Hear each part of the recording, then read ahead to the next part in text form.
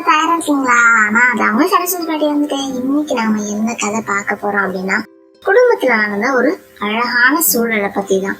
அரசாங்கத்துல பணிபுரிஞ்சு ஓய்வு பெற்ற ஒரு அதிகாரி ஒருத்தர் அவருடைய அறையில ஏதோ எழுதிட்டு இருந்தாரு. ரொம்ப மும்மரமா ரொம்ப கவனத்தோட அந்த வேலையை செஞ்சுட்டு இருந்தாரு.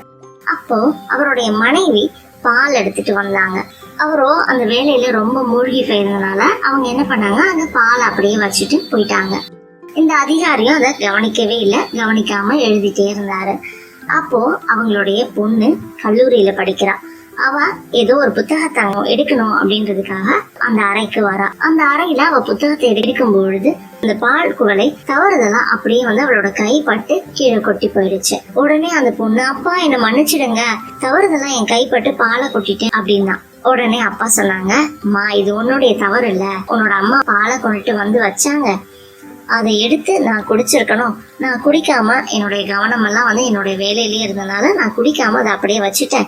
இது என்னுடைய தவறுதான் அப்படின்னு அந்த அதிகாரி சொன்னாரு. இதை கேட்டுட்டு இருந்த அந்த அதிகாரியினுடைய மனைவி உடனே ஓடி உங்க 2 பேர் மேலயுமே தப்பு இல்ல, உங்ககிட்ட சொல்லாம நான் உங்களை கூப்பிடாம பாலை அங்க வச்சுட்டு வந்தது என்னுடைய தவறுதான் அப்படின்னு மனைவியும் சொன்னாங்க. இந்த மாதிரி 3 பேரும் யாரும் யாரையுமே குறை சொல்லல.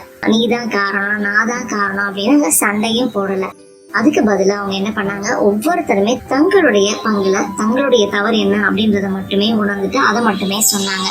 இதை பார்த்துட்டு இருந்த 3 பேருமே ஒரு புன்னகையோட அதை அப்படியே மறந்துட்டு அந்த இடத்த அப்படியே சுத்தம் பண்ணிட்டாங்க. இந்த கதை உங்களுக்கு எல்லாம் பிடிச்சிருந்ததா? இதே அவங்க 3 பேருமே இல்ல நீ தான் கவனிக்கல, இல்ல நான் வச்சேன் நீ தான் சொல்லல அப்படின்னு சொல்லியிருந்தாங்கன்னா ஒருவருக்குள்ள ஒருவர் அன்னைக்கு சண்டை வந்திருக்கும். அது பெரிய சண்டையா கூட மாறி இருக்கலாம். ஒரு மனஸ்தாபத்தை ஏற்படுத்தி இருக்கும். ஒரு விதமான அருவருப்பையோ இல்ல வெறுப்பையோ கூட அங்க உண்டு பண்ணிருக்கோம். ஆனா அங்க அப்படி நடக்காம யாருமே யார் மேலுமே பழி சொல்லாம முதல்ல தான் என்ன தவறு பண்ணோம் அப்படின்றத உணர்ந்துட்டு தன்னுடைய தவறை மட்டுமே சுட்டி காட்டாங்க. இந்த மாதிரி தன்னுடைய தவறை மட்டுமே உணர்ந்துக்கிறது தான் உண்மையான நேர்மை அப்படின்றத இந்த கதையில நாம தெரிஞ்சுக்கலாம். இந்த கதை உங்களுக்கு எல்லாம் பிடிச்சிருந்ததுன்னா உங்க நண்பர்களோட நீங்க பகிர்ந்துக்கோங்க. இப்ப சீக்கிரம் போயிட்டு டாடா, நான் போயிட்டு வரேன்.